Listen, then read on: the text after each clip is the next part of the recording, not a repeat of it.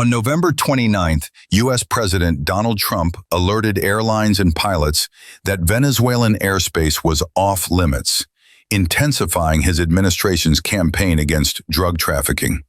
Trump ordered the complete shutdown of Venezuelan airspace, as he wrote on Truth Social.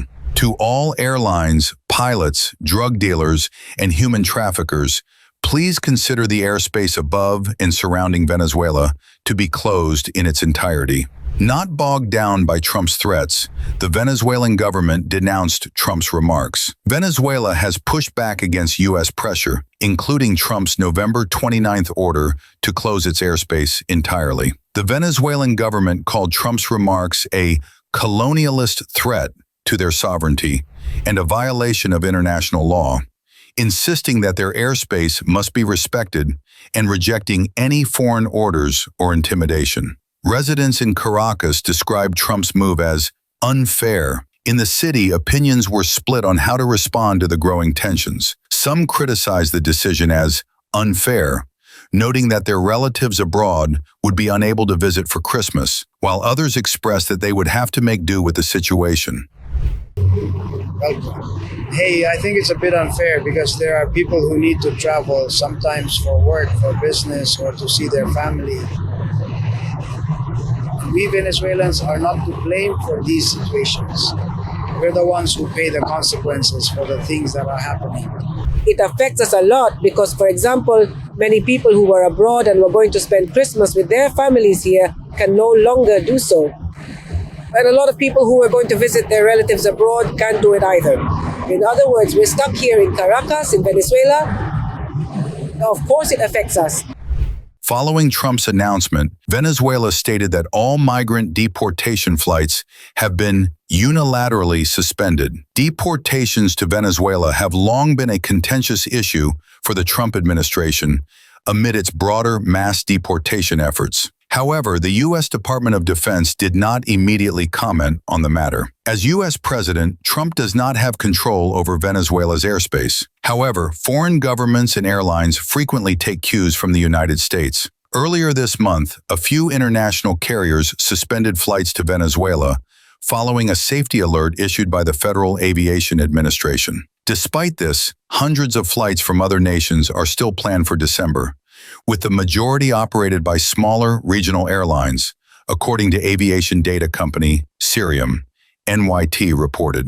Trump did not provide additional details in his Truth Social post about the airspace shutdown, but it followed his Thanksgiving night warning that the United States might very soon extend its strikes from vessels suspected of carrying drugs near Venezuelan waters to targets within the country, mainly on the lands. Since early September, U.S. strikes on boats have reportedly killed more than 80 people.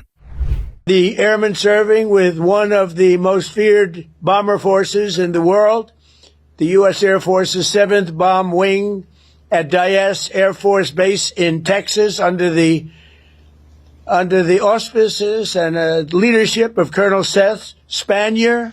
Colonel, where are you, Colonel? Colonel, let's see here. You're right there. Thank you, Colonel. All of you are backbone of America, and you really are the backbone of America's air power. And in recent weeks, you've been working to deter Venezuelan drug traffickers, of which there are many.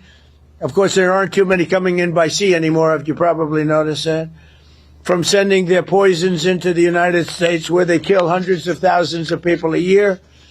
But we're going to take care of that situation. We're already doing a lot. We've almost stopped. It's about 85% stopped by sea. You probably noticed that.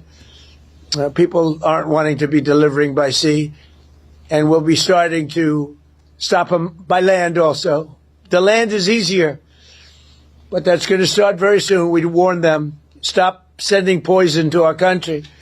We also have the 18th Space Defense Squadron at Vandenberg Space Force Base in California, headed by Captain Ryan Weber. Captain, where are you, Captain? Thank you very much, Captain. Great job. Every day you maintain American dominance on the high frontier. You're the guardians of one of the most important domains we have to protect, and you make us very, very proud of the job you do, Captain. Thank you. Finally, we have the great men of the Coast Guard, and I have to tell you, there are a lot of women in the Coast Guard now, too, and we're happy about that. United States Coast Guard aboard the Coast Guard cutter Forrest Rednor with Lieutenant Commander Alexis Wild. Alexis, where are you? Hi, Alexis. Alexis Wild at the helm.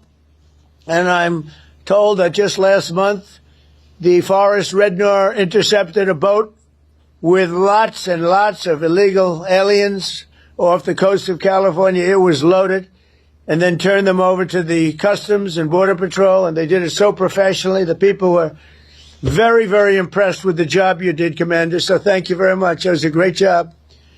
And thank you for defending our maritime borders with skill and with pride, and the job you do. Amazing.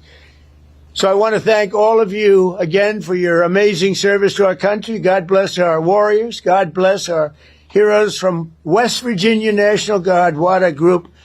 I love West Virginia.